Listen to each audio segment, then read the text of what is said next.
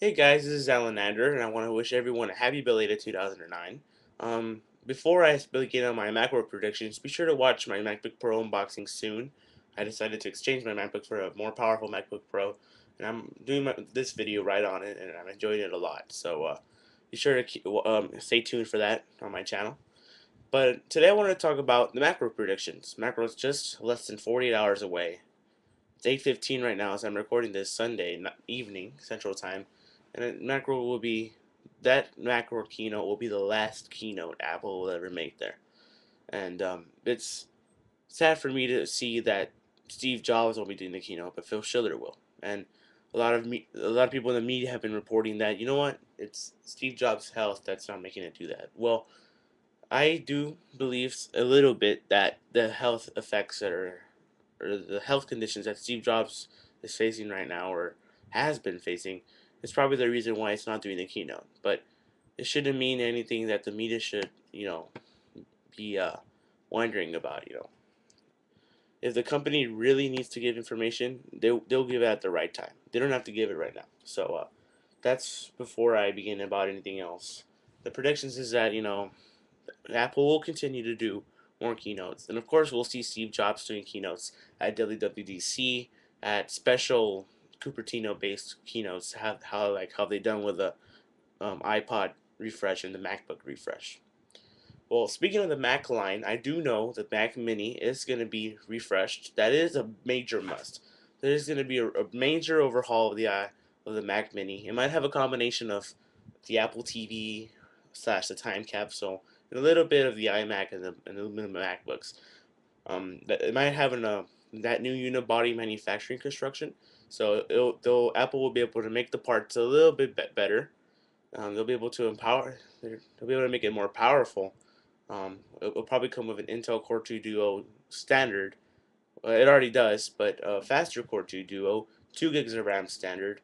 It should have the new DDR3 standard, and it should have the built-in NVIDIA GeForce 9400M chipset that the MacBook and the MacBook Pro currently have. As for the iMac, same thing. Not that much of a major overhaul, but Apple will be introducing a good refresh of the iMac, where it'll probably also be made on unibody construction. Which I think it already has been, but they haven't been doing that much about the iMac and how it's been designed. So they might do a couple of changes to the manufacturing process of the iMac. I also do believe the iMacs will get faster. I do believe Apple is intending to bring a Core 2 Quad processor to the iMac. They've been on the market for too long, and it's time for the Core 2 Quad to make it to the home desktop, consumer-based desktop owners, instead of just keeping it on the Mac Pro, and while keeping prices lower as well.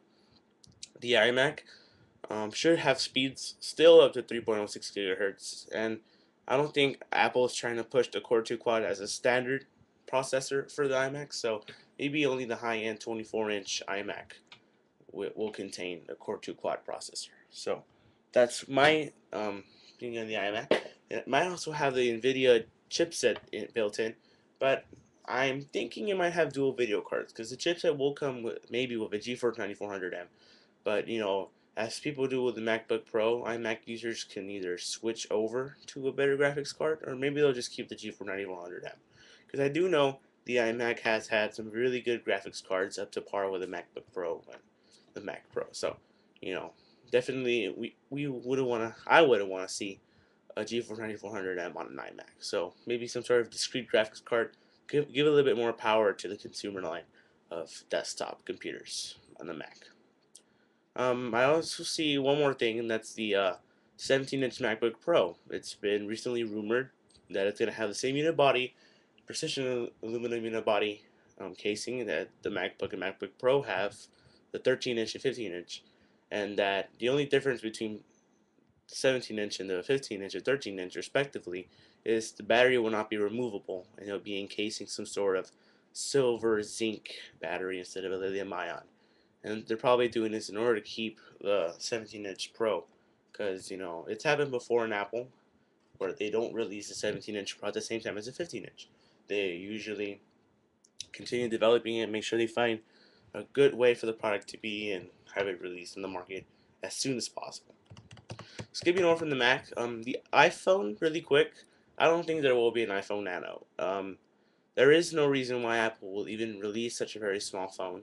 If they do, that's great. But one a lot of one thing I do see about the iPhone Nano is compatibility issues. There's several applications at the App Store, and I don't think people will be able to want to see at the very small screen unless Apple introduces some sort of scaling. But if you're playing some sort of hardcore video game on the iPhone, where you do require more of the screen, so you can be more alert of what's going on, you don't want to be like, ooh, I can't see that well, because even though it's scaled really well. So an iPhone Nano, I don't see the possibility. If Apple releases it, that's awesome.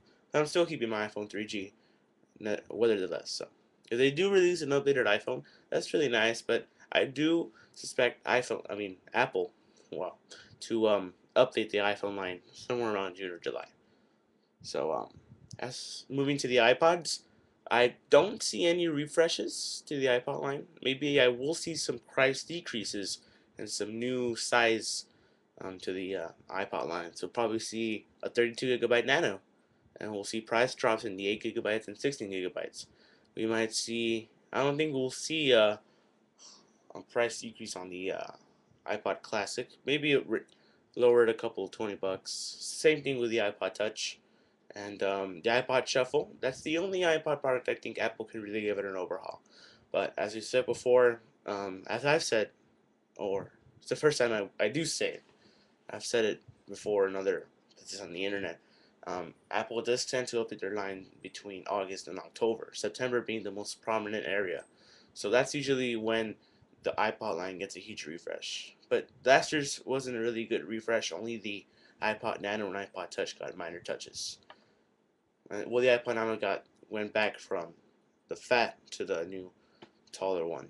So, and finally, moving over to what else is coming to Macworld. Apple has to announce more information about Snow Leopard. It's the new version of Leopard coming out, version 10.6.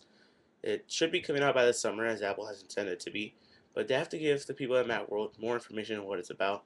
They can't wait until WWDC to give a more stabler beta copy of Snow Leopard. They need to give to developers right away, and they need to have people test it out, make sure it's running well, make sure the performance, make sure everything Apple tends to do with that new operating system is successful.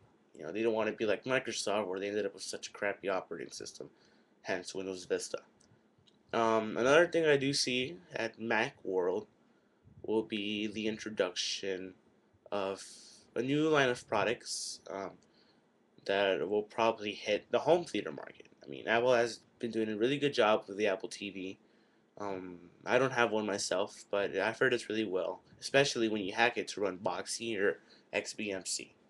But as for that, that's all I predict at Macworld is just a refresh to the Mac line, maybe some new line of products. We might see an Apple netbook. That's something I didn't previously noticed, but I don't believe Apple will release a netbook yet. It isn't under Apple standards, as I believe, and it'll probably be there really soon. Just give it a little bit more of a year or so until the netbook market starts to emerge a little bit better, and we can get some good computers from Apple. So this has been alnandr. Thank you for watching this video. I'm not going to be at Macworld, but if you are, you can send me a real response. Post a video and see what you think about Macworld. Um, Tell us if you're going or not, and if you are, keep us updated. I know I'll be live blogging during my first day of my school second semester on Tuesday, and I'll be during my second block looking at my iPhone constantly refreshing the live blog from Engadget, trying to find out what's going on. But I do wish very good luck to Phil Schiller on Tuesday. It's the first time he's there mainstream.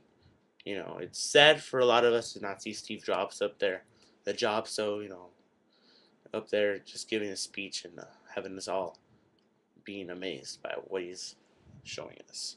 So this has been alnandr. Make sure to check out my MacBook Pro unboxing being uploaded really soon, and we'll see you guys later. Subscribe to my videos. Bye bye.